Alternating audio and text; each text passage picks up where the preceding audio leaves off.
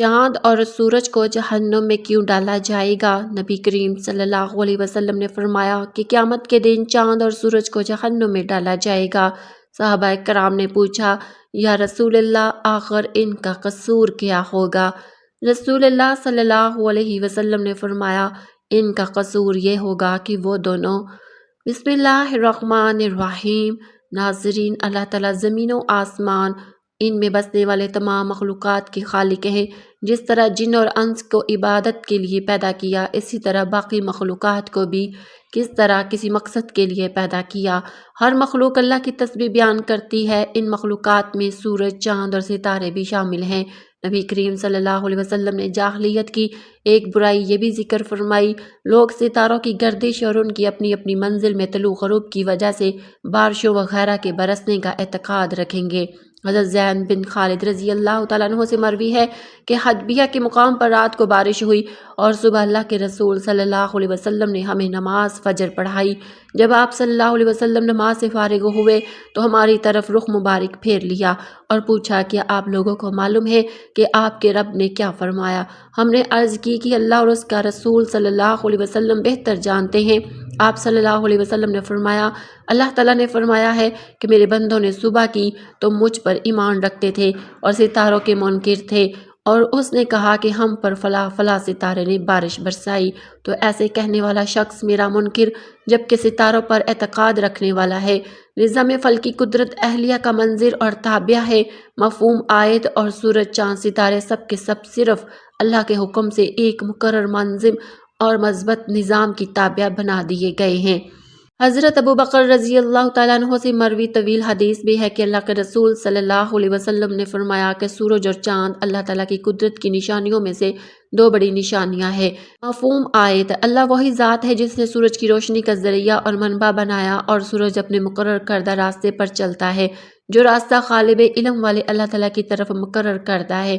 حضرت ابو ذر رضی اللہ تعالیٰ عنہ سے مروی ہے کہ میں اس وقت سورج کے غروب کے وقت نبی کریم صلی اللہ علیہ وسلم کے پاس مسجد میں بیٹھا ہوا تھا۔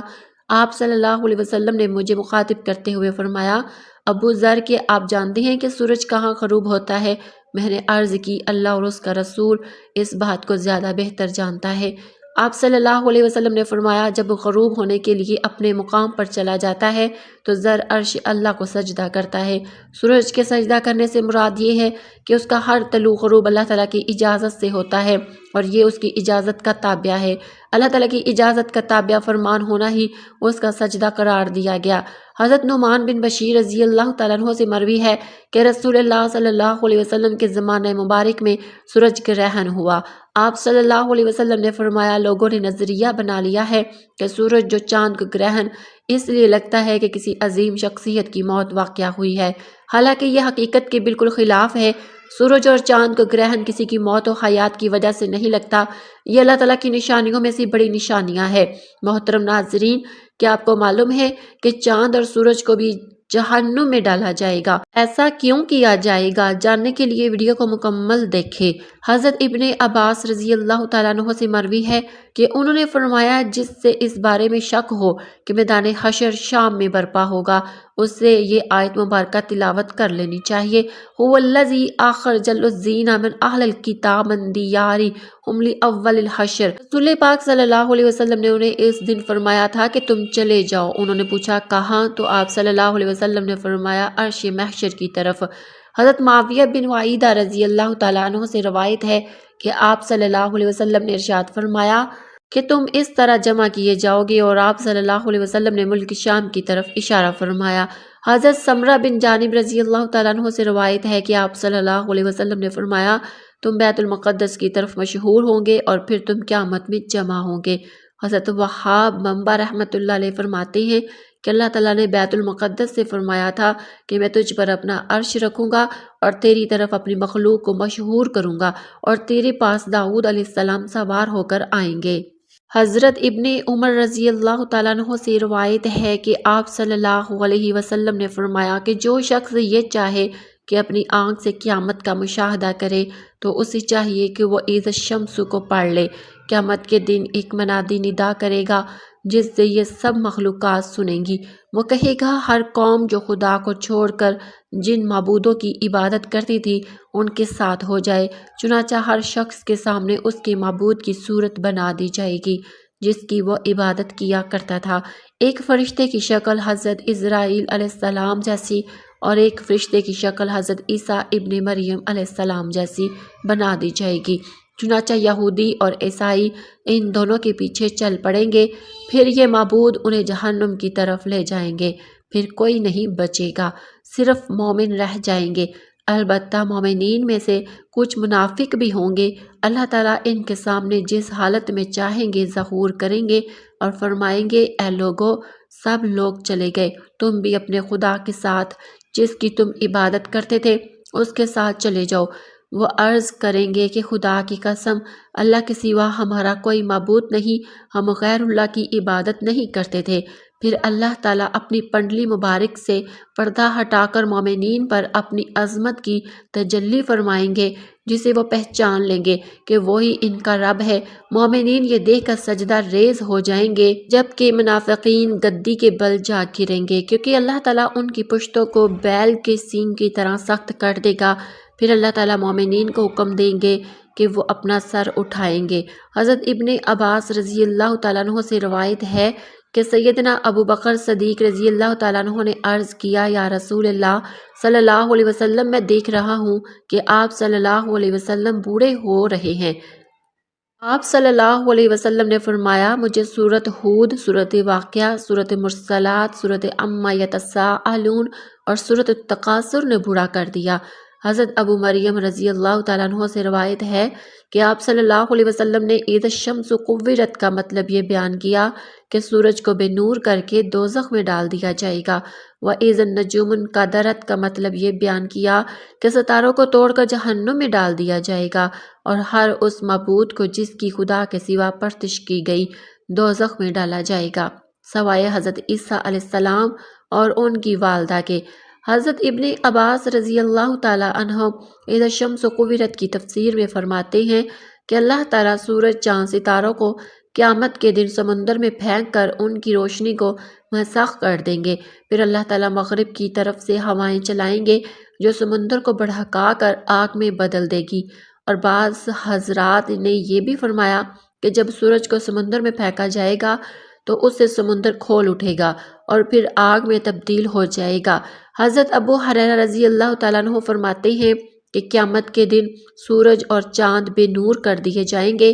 حضرت ابی بن کعب رضی اللہ تعالیٰ عنہ فرماتی ہیں کہ قیامت سے پہلے 6 نشانیاں ظاہر ہوں گی۔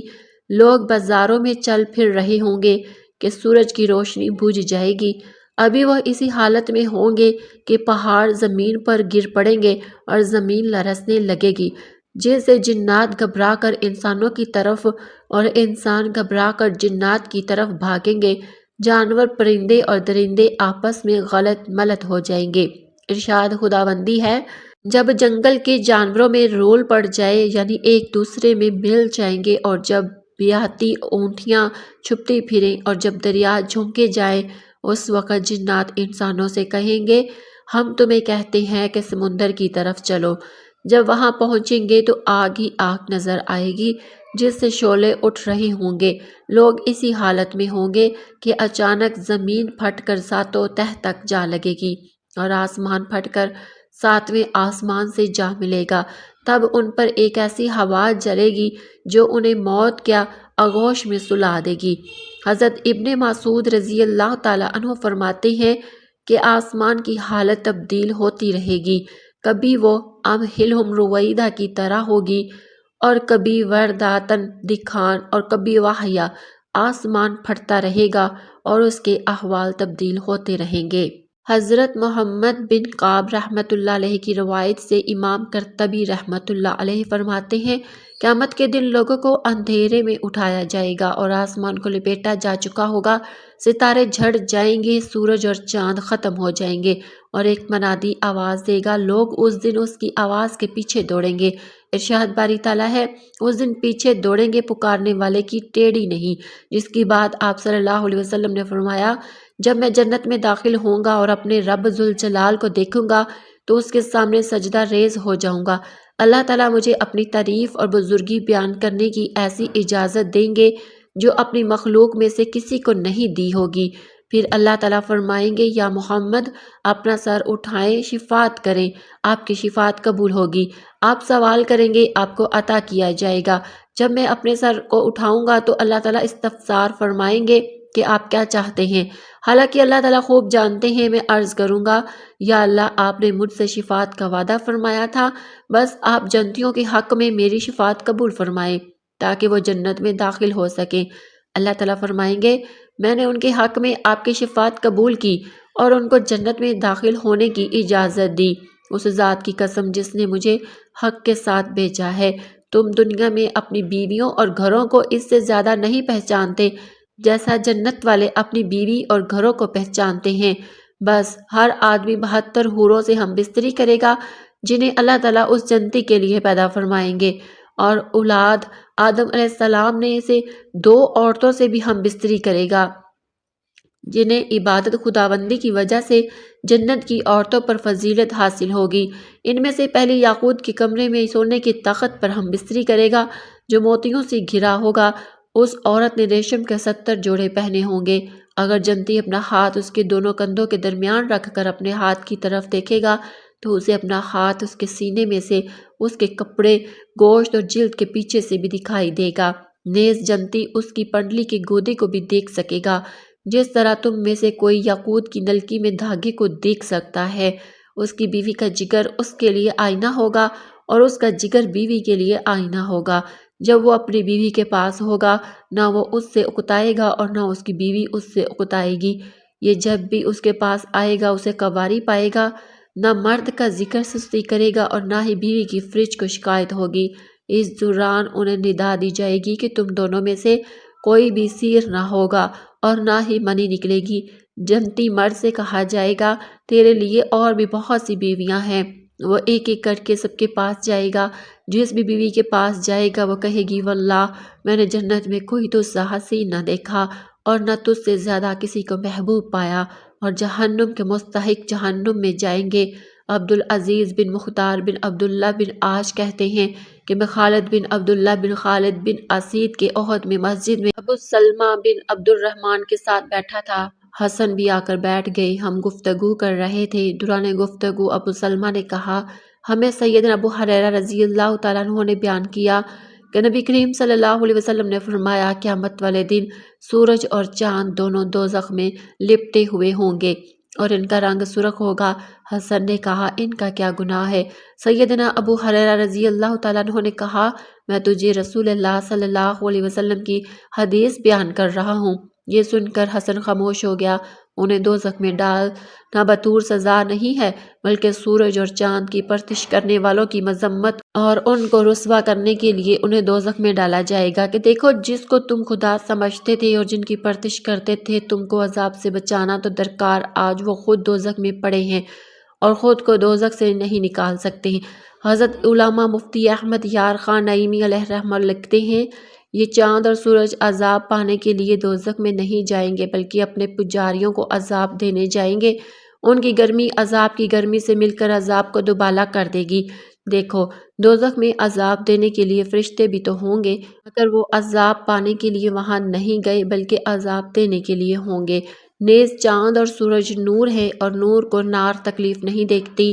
دیکھو مومنین گناہ گاروں کو نکالنے کے لیے دوزخ میں جائیں گے مگر بالکل تکلیف نہ پائیں گے۔ اللہ تعالی ہمیں دین کی مکمل سمجھ نصیب فرمائے، آمین۔